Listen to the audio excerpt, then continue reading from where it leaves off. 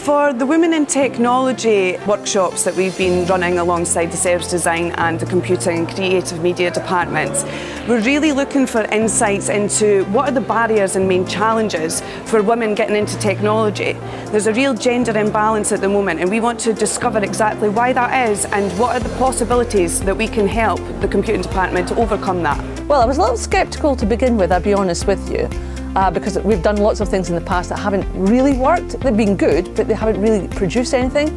But when I went along to this, I tried to go with an open mind, and I thoroughly enjoyed it.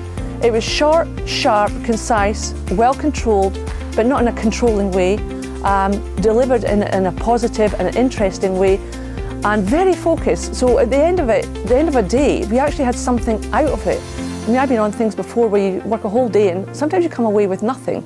I would definitely recommend Service Design. It's a lot of fun, it's focused, it's interesting, and I think we've really got something here. And I think it is the way forward when we're thinking not just about our industries, but our courses and maybe even how we teach.